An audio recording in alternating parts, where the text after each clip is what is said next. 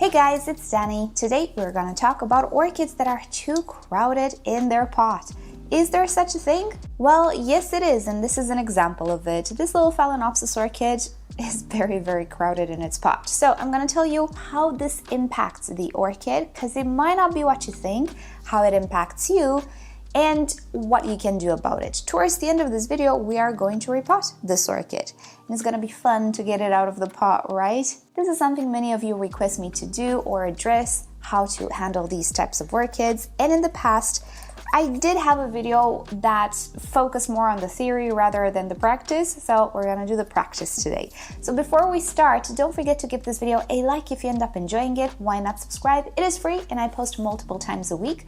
But if you're feeling extra about it, do consider further supporting this channel by using the affiliate links below, getting some merch, becoming a member, or using the super thanks option right below my videos.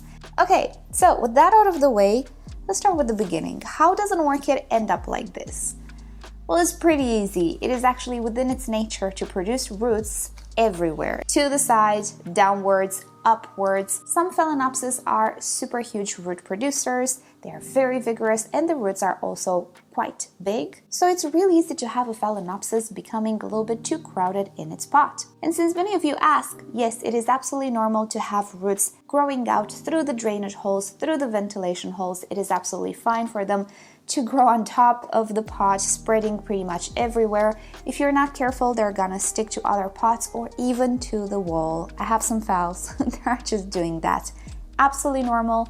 This is the nature of an orchid. For those of you who don't have a lot of experience, these orchids naturally would grow something like this on a tree trunk. So it is in their best interest to put out these roots everywhere to better anchor themselves. P.S. I do have an orchid care for beginners episode only on roots. If you're interested to really learn more about roots, check the description down below. I'll link you to it.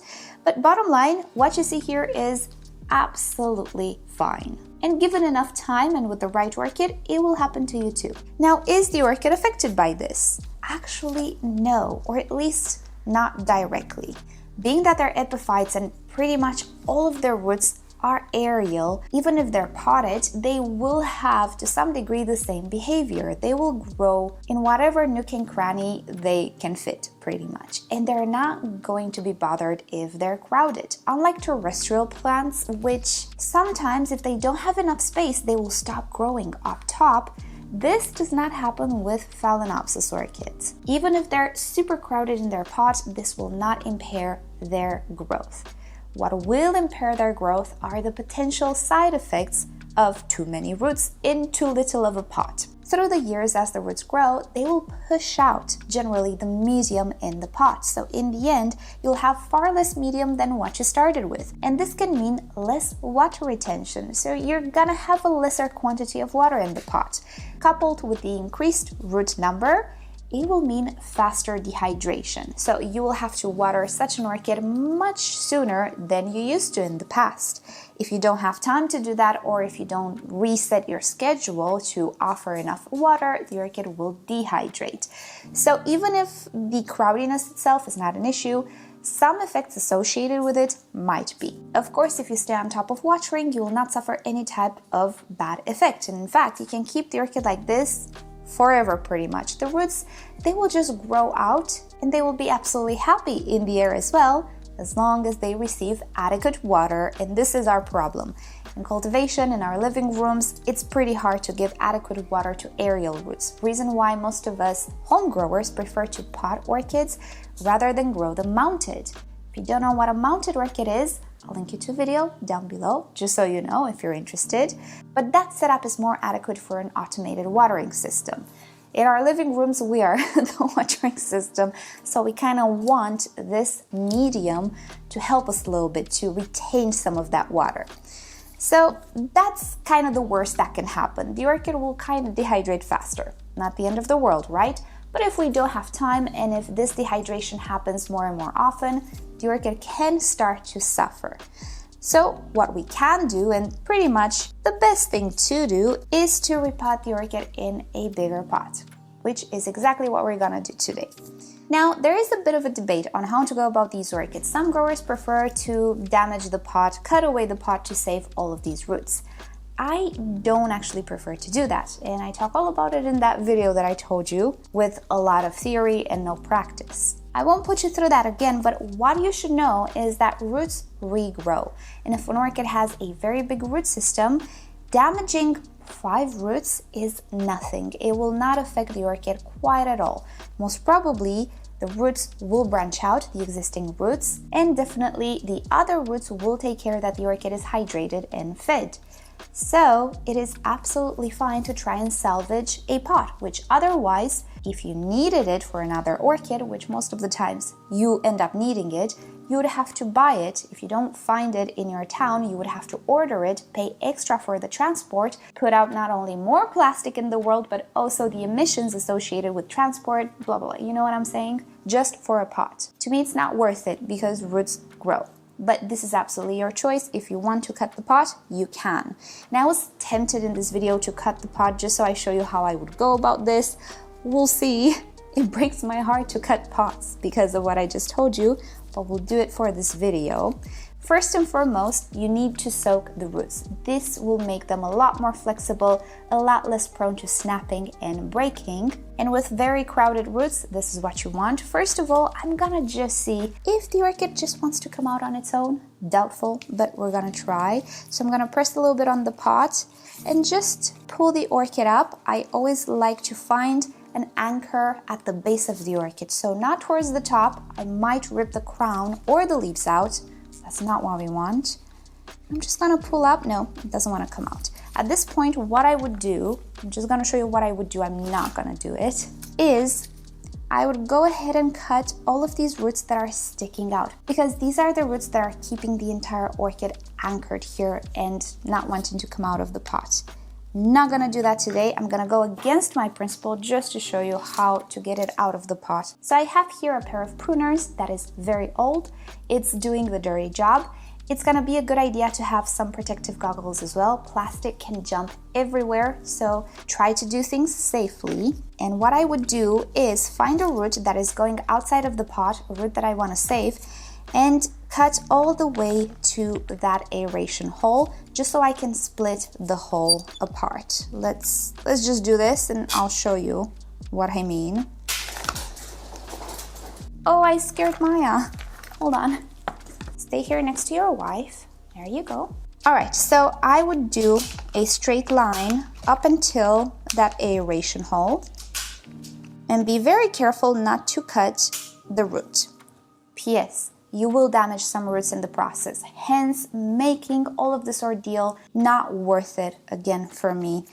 It might be worth it for you, but just keep in mind. So you can see how I can pry apart this pot right now and not damage the root, but I need to go further and cut around because I need more space. There we go.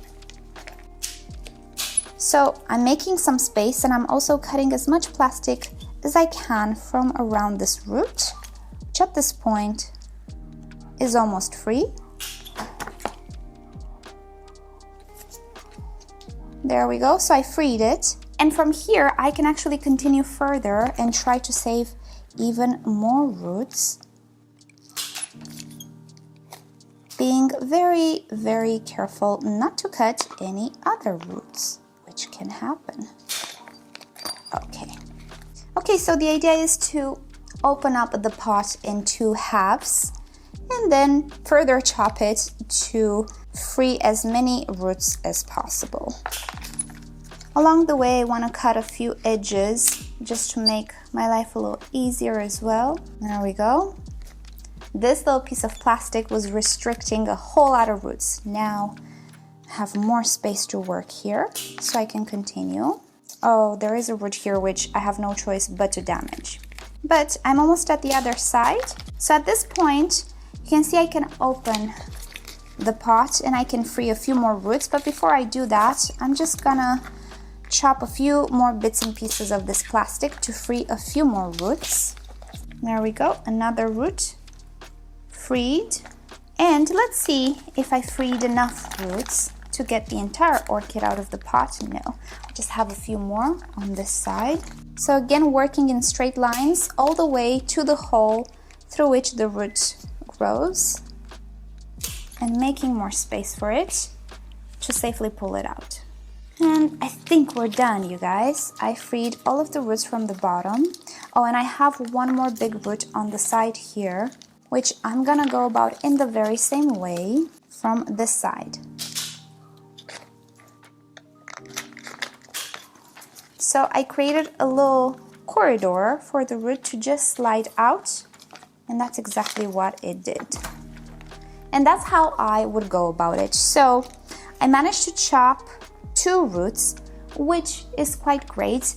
I don't think you will ever have 0 damaged roots, since some of these roots can be really intricate in how they found their way out. So what I'm doing now is removing the old medium out of the roots, and as I'm doing this, let's address another rumor. Orchid roots grow out of the pot because they're not happy with the medium. That is absolutely false. They will grow out no matter what type of medium you're gonna use, and they're not doing so because they hate the medium. Actually, the moisture is very beneficial for them.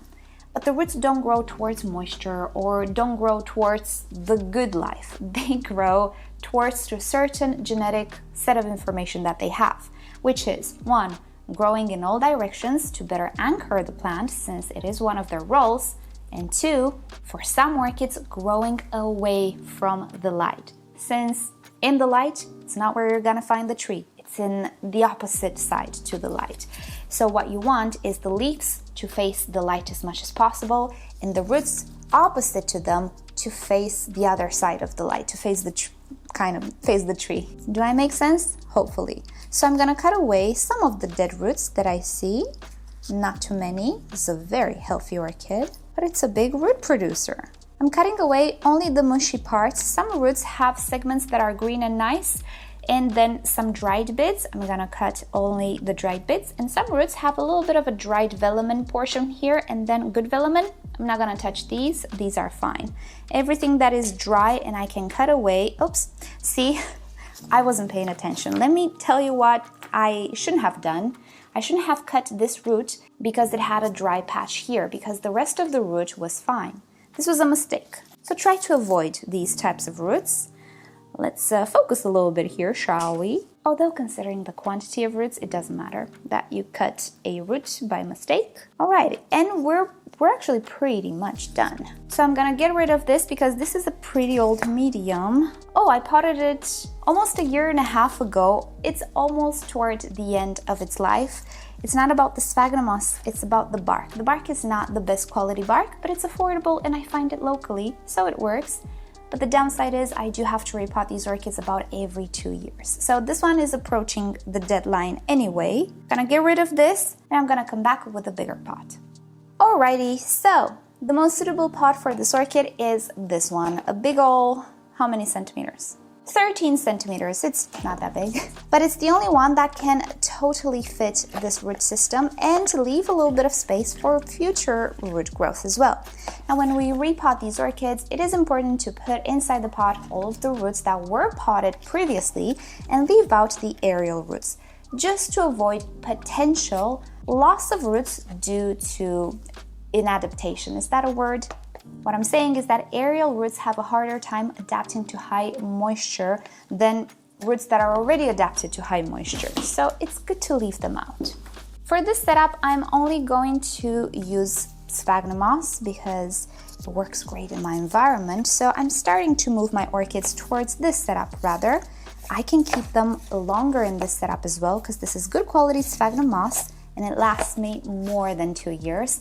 So I am hoping that I can keep the orchid more in this setup.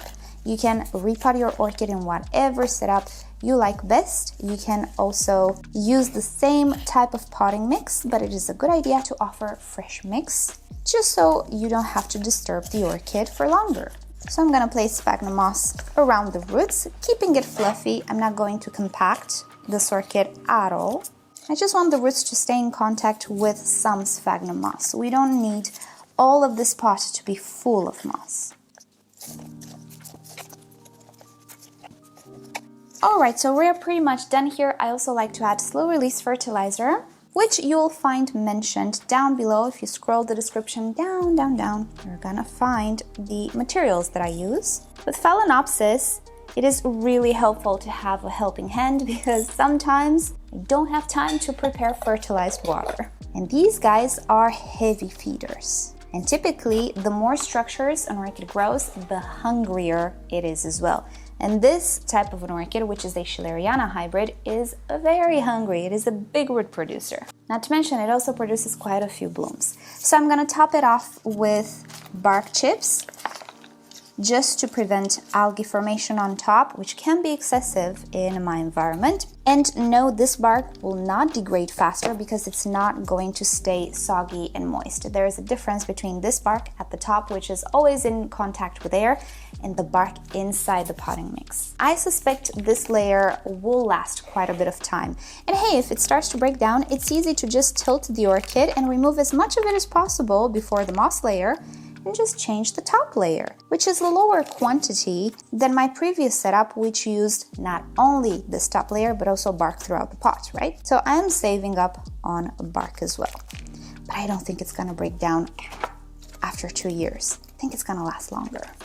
And with that said, we are done. I just want to cover the sphagnum moss, so I make sure that it's widely spread. It's not a thick layer, it's just a thin layer, so I don't need a whole lot of it. And all of this bark that fell, I can just put on top so that I don't throw it. And that is about it, you guys. This is how, well, this is one of the ways you can go about root-bound or very crowded orchids. Minus the cutting of the pot, this is how I go about things. And with this type of orchid, I can expect the same behavior and the same outcome in a few years. Case in which, I will go about it in the very same way. As you can see, I'm not using a pot with a lot of ventilation now. I mean, this pot doesn't have any ventilation, just drainage. For this environment, it works. I can get away with this. Anyway, I do have a video in which I show you how I water this setup as well and how I control how moist the pot is by controlling the quantity of water. If you're interested, check it down below. But that's about it for today. I'm so happy I managed to do this orchid now. Alrighty guys, thank you so much for watching. Hope you found this useful. Let me know down below in the comment section. What do you prefer? Do you prefer to cut the pot or save it and use it for other orchids? So with that said, check out my second channel for other plants and aquariums and just other things in general. But most importantly, subscribe to this channel for the orchid stuff. So I'll see you all next time. Bye.